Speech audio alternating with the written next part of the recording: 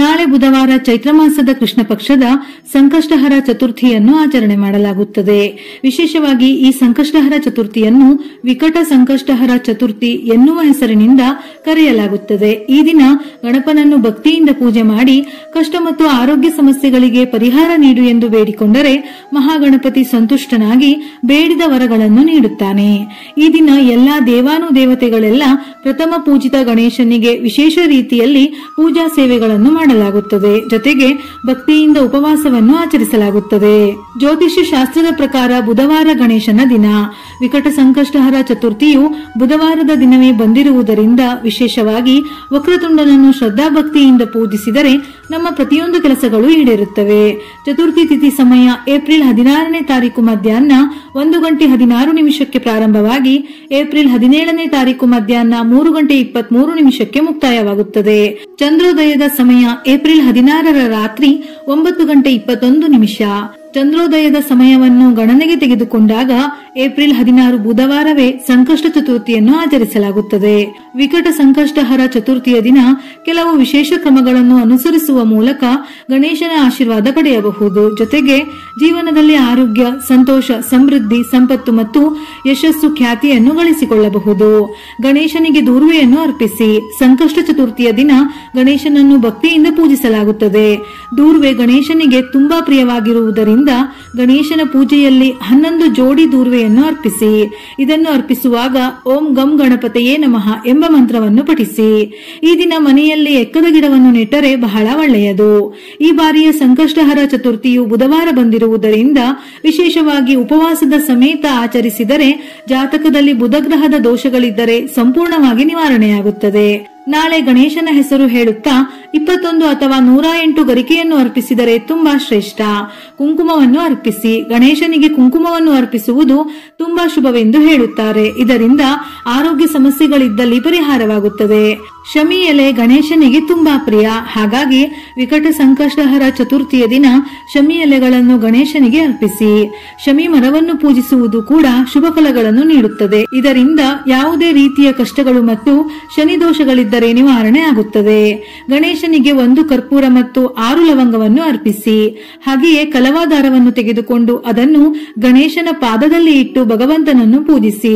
ಪೂಜೆಯ ನಂತರ ಆ ಕಲವಾದಾರವನ್ನು ನಿಮ್ಮ ಕೈಯಲ್ಲಿ ಕಟ್ಟಿಕೊಳ್ಳಿ. ಹೀಗೆ ಮಾಡುವುದರಿಂದ ಕೆಲಸದ ಸ್ಥಳದಲ್ಲಿ ನೀವು ಬಯಸಿದ ಯಶಸ್ಸನ್ನು ಪಡೆಯುತ್ತೀರಿ. ಶಾಸ್ತ್ರದಲ್ಲಿ ಗಣಪತಿಯನ್ನು ಬುದ್ಧಿವಂತಿಕೆಯ ಅಧಿಪತಿ ಎಂದು ಕರೆಯಲಾಗುತ್ತದೆ. ಆದ್ದರಿಂದ ಗಣಪತಿಯನ್ನು ಪೂಜಿಸುವುದರಿಂದ ಬುದ್ಧಿವಂತಿಕೆಯು ಪ್ರಾಪ್ತಿಯಾಗುತ್ತದೆ. ಜಾತಕದಲ್ಲಿ ಬುಧಗ್ರಹದ ದೋಷವಿದ್ದಾಗ ಗಣಪತಿಯನ್ನು ಪೂಜಿಸಬೇಕು. ಏಕೆಂದರೆ ದುರ್ಬಲ ಗ್ರಹವಾದ ಬುಧನಿಂದಾಗಿ ವ್ಯಕ್ತಿಯು ಉದ್ಯೋಗ ಮತ್ತು ವ್ಯಾಪಾರ ಕ್ಷೇತ್ರದಲ್ಲಿ ಪ್ರತಿದಿನ ಸಮಸ್ಯೆಗಳನ್ನು ಎದುರಿಸಬೇಕಾಗುತ್ತದೆ. ಅಂತಹ ಪರಿಸ್ಥಿತಿಯಲ್ಲಿ ನಾಳೆ ಬುಧವಾರ ಸಂಕಷ್ಟಹರ ಚತುರ್ಥಿಯ ದಿನ ಗಣಪತಿಯ ದೇವಸ್ಥಾನಕ್ಕೆ ಹೋಗಿ 5, 11, 21, 108 ನಿಮ್ಮ ಶಕ್ತಿಗೆ ಅನುಸಾರವಾಗಿ ಗರಿಕೆಯನ್ನು ಅರ್ಪಿಸಿ ಪೂಜೆ ಮಾಡಿ. ಇದರಿಂದ ಉದ್ಯೋಗ ವ್ಯಾಪಾರದಲ್ಲಿ ಒಳ್ಳೆಯ ಪ್ರಗತಿ ಆಗುತ್ತದೆ. ಗಂ ಗಣಪತಿಯೇ ನಮಃ. ನಿಮ್ಮ ಹಾದಿಯಲ್ಲಿ ಯಾವುದೇ ರೀತಿಯ ಅಡೆತಡೆಗಳು ಅಥವಾ ತೊಂದರೆಗಳನ್ನು ನಿವಾರಿಸಲು, ನಿಮ್ಮ ಅದೃಷ್ಟವನ್ನು ಮತ್ತು ಬುದ್ಧಿವಂತಿಕೆಯನ್ನು ಹೆಚ್ಚಿಸಲು ಈ ಮಂತ್ರವನ್ನು ಪಠಿಸಿ. ಶ್ರೀ ಗಣೇಶಾಯ ನಮಃ. ಈ ಮಂತ್ರವನ್ನು ಜೀವನದಲ್ಲಿ ಸಂಪತ್ತು, ಯಶಸ್ಸು ಮತ್ತು ಸಮೃದ್ಧಿಯನ್ನು ಆಕರ್ಷಿಸಲು ಪಠಿಸಲಾಗುತ್ತದೆ. ಇದರಿಂದ ಗಣೇಶನ ಕೃಪೆಯು ಲಭಿಸುತ್ತದೆ. ವಕ್ರತುಂಡ ಮಹಾಕಾಯ ಸೂರ್ಯಕೋಟಿ ಸಮಪ್ರಭಾ ನಿರ್ವಿಘ್ನಂ ಕುರು ಮೇ ದೇವ ಸರ್ವಕಾರ್ಯೇಷು ಸರ್ವದಾ. ಜೀವನದಲ್ಲಿನ ಅಡೆತಡೆಗಳನ್ನು ತೆಗೆದುಹಾಕಲು ಪ್ರತಿಯೊಂದು ಕೆಲಸ ಅಥವಾ ಪ್ರಯತ್ನದಲ್ಲಿ ಗಣೇಶನ ದೈವಿಕ ಆಶೀರ್ವಾದವನ್ನು ಪಡೆಯಲು ಈ ಮಂತ್ರವನ್ನು ಪಠಿಸಿ ಅಥವಾ ಕೇಳಿ. ಪೂಜೆಯ ಸಮಯದಲ್ಲಿ ಗಣೇಶನಿಗೆ ಸಂಬಂಧಪಟ್ಟ ಗಣೇಶ ಅಷ್ಟೋತ್ತರ, ಗಣಪತಿ ಉಪನಿಷತ್, ವೇದ ಮಂತ್ರಗಳನ್ನು ಪಠಿಸಬಹುದು. ಸಂಕಷ್ಟಹರ ಸ್ತೋತ್ರ, ವಕ್ರತುಂಡ ಮಹಾಕಾಯ ಅಥವಾ ಯಾವುದಾದರೂ ಗಣೇಶನಿಗೆ ಸಂಬಂಧಪಟ್ಟಂತಹ ಮಂತ್ರ ಶ್ಲೋಕಗಳನ್ನು ಸಂಕಷ್ಟಹರ ಚತುರ್ಥಿಯ ವೇಳೆ ಪಠಿಸಬಹುದು. ಇಲ್ಲವಾದರೆ ವಿಶೇಷವಾಗಿ ಓಂ ಗಣಪತಿಯೇ ನಮಃ ಈ ಶ್ಲೋಕವನ್ನು 21 ಬಾರಿ ಅಥವಾ 108 ಬಾರಿ ಪಠಿಸಬಹುದು. ಇದರ ಜೊತೆಯಲ್ಲಿ ಸಂಕಷ್ಟಹರ ಚತುರ್ಥಿಯ ಕಥೆಯನ್ನು ತಪ್ಪದೆ ಈ ದಿನ ಓದಲೇಬೇಕು. ಯಾವುದೂ ಇಲ್ಲವೆಂದರೂ ಗಣೇಶನ ಪೂಜೆಗೆ ಕೆಂಪು ದಾಸವಾಳ ಹೂವನ್ನು ಅರ್ಪಿಸಿ ಪೂಜಿಸಿದರೂ ಗಣೇಶ ಸಂತೃಪ್ತನಾಗುತ್ತಾನೆ. ಮನೆಯಲ್ಲಿ ಗಣಪತಿಯ ವಿಗ್ರಹವಿದ್ದರೆ ನಾಳೆಯ ದಿನ ಹಾಲಿನಿಂದ ಅಭಿಷೇಕ ಮಾಡಿ ಗಣಪತಿಗೆ ದೂರ್ವೆಯನ್ನು ಅರ್ಪಿಸಿ ತುಪ್ಪದ ದೀಪವನ್ನು ಬೆಳಗಿದರೆ ಸಾಲದ ಸಮಸ್ಯೆಗಳು ಕ್ರಮೇಣವಾಗಿ ನಿವಾರಣೆಯಾಗುತ್ತದೆ. ನಾಳೆ ವಿಶೇಷವಾಗಿ ಗಣೇಶನಿಗೆ ಮೋದಕವನ್ನು ಅರ್ಪಿಸಿದರೆ ಬುಧ ಗ್ರಹಕ್ಕೆ ಸಂಬಂಧಪಟ್ಟಿರುವ ದೋಷಗಳು ನಿವಾರಣೆಯಾಗಿ ಸಂಪತ್ತು ವೃದ್ಧಿಯಾಗುವುದು. ವಿಕಟ ಸಂಕಷ್ಟಹರ ಚತುರ್ಥಿಯ ದಿನದಂದು ಗಣಪತಿಗೆ ಬೆಲ್ಲದ ಲಡ್ಡುಗಳನ್ನು ಅರ್ಪಿಸುವುದರಿಂದ ವ್ಯಾಪಾರದಲ್ಲಿ ಯಶಸ್ಸು ದೊರೆಯುತ್ತದೆ. ಬೆಲ್ಲವನ್ನು ಸಮೃದ್ಧಿ ಮತ್ತು ಯಶಸ್ಸಿನ ಸಂಕೇತವೆಂದು ಹೇಳುತ್ತಾರೆ.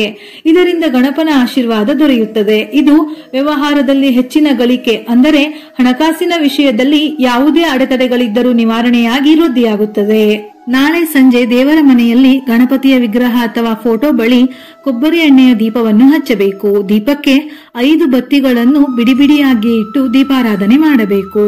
ಇನ್ನು ಸಂಜೆ ಚಂದ್ರೋದಯದ ಸಮಯದಲ್ಲಿ ಚಂದ್ರನಿಗೆ ತಪ್ಪದೆ ಅರ್ಘ್ಯವನ್ನು ಅರ್ಪಿಸಿ ನಮಿಸಿ ಸಂಕಷ್ಟಹರ ಚತುರ್ಥಿಯ ವ್ರತವನ್ನು ಸಂಪೂರ್ಣಗೊಳಿಸಬೇಕು. ನೆನೆಸಿದ 21 ಕಡಲೆಕಾಳಿನ ಹಾರವನ್ನು ತಯಾರಿಸಿ ಗಣೇಶನಿಗೆ ಅರ್ಪಿಸಿದರೂ ನಿಮ್ಮ ಇಷ್ಟಾರ್ಥ ನೆರವೇರುವುದಲ್ಲದೆ ಉತ್ತಮ ಫಲಗಳನ್ನು ಪಡೆಯಬಹುದು. ಒಂದು ವೇಳೆ ವ್ರತವನ್ನು ಮಾಡದೇ ಇದ್ದರೂ ಸಹ ಈ ಮೇಲಿನ ಪರಿಹಾರಗಳನ್ನು ಸಂಕಷ್ಟಹರ ಚತುರ್ಥಿಯ ದಿನ ಮಾಡಿದರೆ ದುಪ್ಪಟ್ಟು ಫಲ ಸಿಗುವುದಲ್ಲದೆ ಗಣೇಶನ ಸಂಪೂರ್ಣ ಅನುಗ್ರಹ ಪ್ರಾಪ್ತಿಯಾಗುತ್ತದೆ. ವಿಡಿಯೋ ಇಷ್ಟ ಆಗಿದ್ದಲ್ಲಿ ಮರೆಯದೆ ಲೈಕ್ ಕೊಟ್ಟು ನಿಮ್ಮವರಿಗೆ ಶೇರ್ ಮಾಡಿ. ಇದೇ ರೀತಿಯ ಮನಮುಟ್ಟುವ ಉಪಯುಕ್ತ ಮಾಹಿತಿಗಳಿಗಾಗಿ ಮತ್ತೆ ಭೇಟಿಯಾಗೋಣ.